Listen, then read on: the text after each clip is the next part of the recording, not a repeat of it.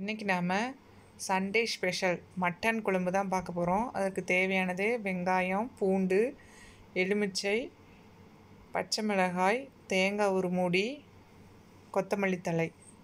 சட்டியில் வச்சு அந்த வெங்காயம், இஞ்சி, பூண்டு அதை மட்டும் போட்டு வதக்கி எடுத்துக்கிறோம்.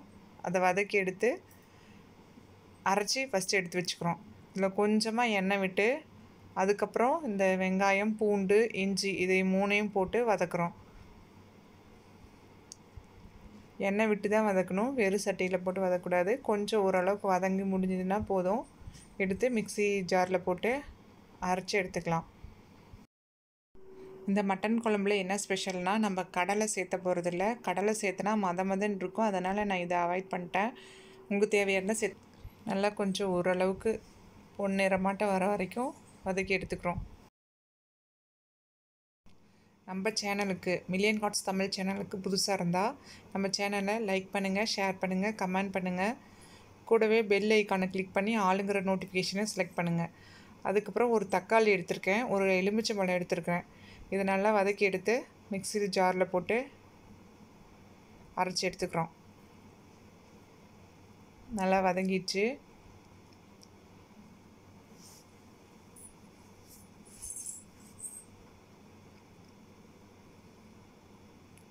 வதக்கினதுக்கப்புறம் மிக்சியில் போட்டு ஆற வச்சு அப்புறம் அரைக்கணும்.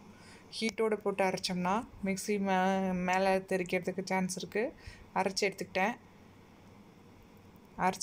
1 கிலோ மட்டன் அதை நல்லா கழுவி எடுத்து வச்சுருக்கேன். ஒரு சட்டியில் எண்ணெய் ஊற்றி கடுகு போட்டிருக்கேன். கடுகு பொரிஞ்சோடனே கருவேப்பிலை கொஞ்சம் போட்டு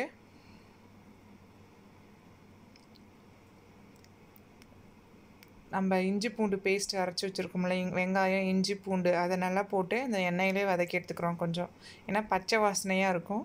அப்புறம் அதனால நம்ம என்ன பண்ணுறோன்னா இதை போட்டு ஒரு வதக்கி எடுத்துக்கிறோம். ஏற்கனவே வதக்கியிருக்கோம், இருந்தாலும் இன்னொரு தடவை வதக்கிக்கலாம். அப்போ தான் பச்சை வாசனையும் இருக்காமல் இருக்கும். பாருங்கள், நல்லா வதங்கி வந்துடுச்சு. கிளறி விட்டுகிட்டே இருக்கணும், இல்லைன்னா இஞ்சி பூண்டு அடி பிடிச்சிரும். மட்டனை போட்டு பரட்டி விடணும். இது கூடயே கொஞ்சம் உப்பு சேர்த்துக்க போகிறோம் கொஞ்சமாக. அப்போ தான் அந்த மட்டனில் உப்போட சுவை நமக்கு மட்டனில் கிடைக்கும். அதுக்காக கொஞ்சமாக ஃபஸ்ட்டில் உப்பு சேர்த்துக்கிறோம். அதுக்கப்புறம் கொஞ்சம் மட்டன் வெந்ததுக்கப்புறம் இப்போவே எல்லாம் உப்பு போட்டுட்டோம்னா, போதுமான அளவுக்கு உப்பு போட்டோம்னா அப்புறம் கறி வேகாது. அதனால் கொஞ்சமாக உப்பு போட்டு அந்த சுவை வேணுங்கிறதுக்காக கொஞ்சமாக உப்பு போடுறோம்.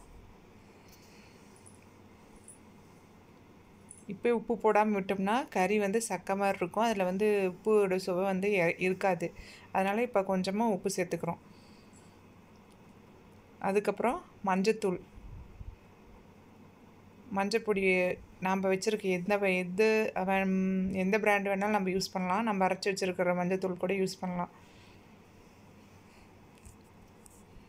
மஞ்சப்பொடி, அதுக்கப்புறம் கொத்தமல்லி தூள், தனியாத்தூள்னு சொல்லுவாங்கள்ல, அந்த கொத்தமல்லி தூளை சேர்த்துக்கிறோம்.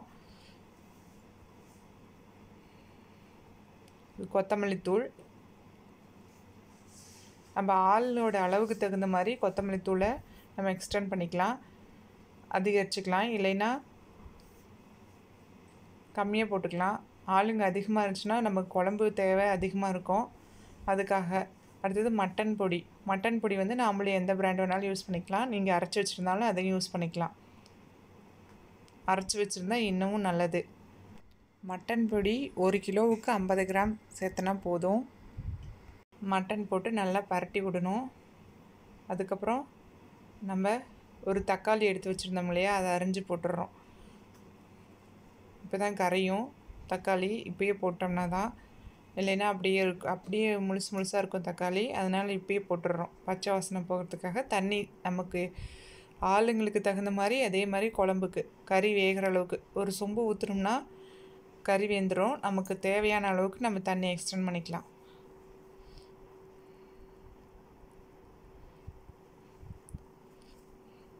எங்கள் வீட்டில் 4 பேர் தான். நாங்கள் 2 சொம்பு தண்ணி இருந்தால் போதும், கொஞ்சமாக குழம்பு இருந்தால் போதும்.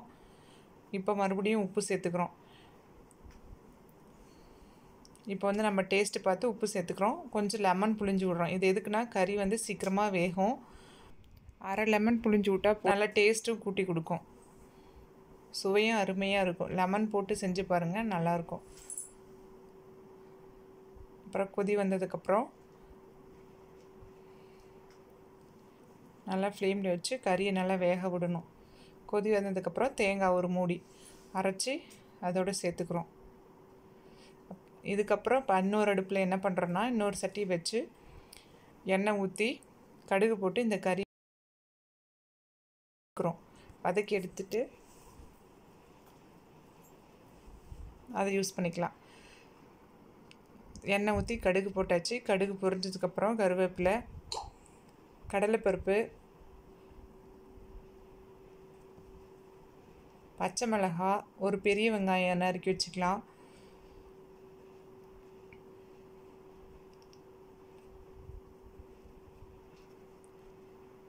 பெரிய வெங்காயம் 1, கடலைப்பருப்பு, பச்சை மிளகாய் நம்ம காரத்துக்கு தகுந்த மாதிரி போட்டுக்கலாம்.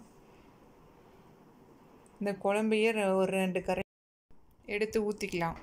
அதையே வச்சு அப்புறம் பரட்டி விடலாம். நல்லா ஒரு சாஸனோட பதத்துக்கு கொண்டு வந்துடணும். இப்போ டேஸ்ட் இருக்கும். நல்லா கறியை அரிச்சு இதில் போட்டு வதக்கி எடுத்தோம்னா நல்லா டேஸ்ட்டாக இருக்கும். நமக்கு அதுக்கு இன்னும் சுவையாக வேணும்னா ஒரு ஸ்பூன் கறி மசால் பொடி கூட போட்டுக்கலாம்.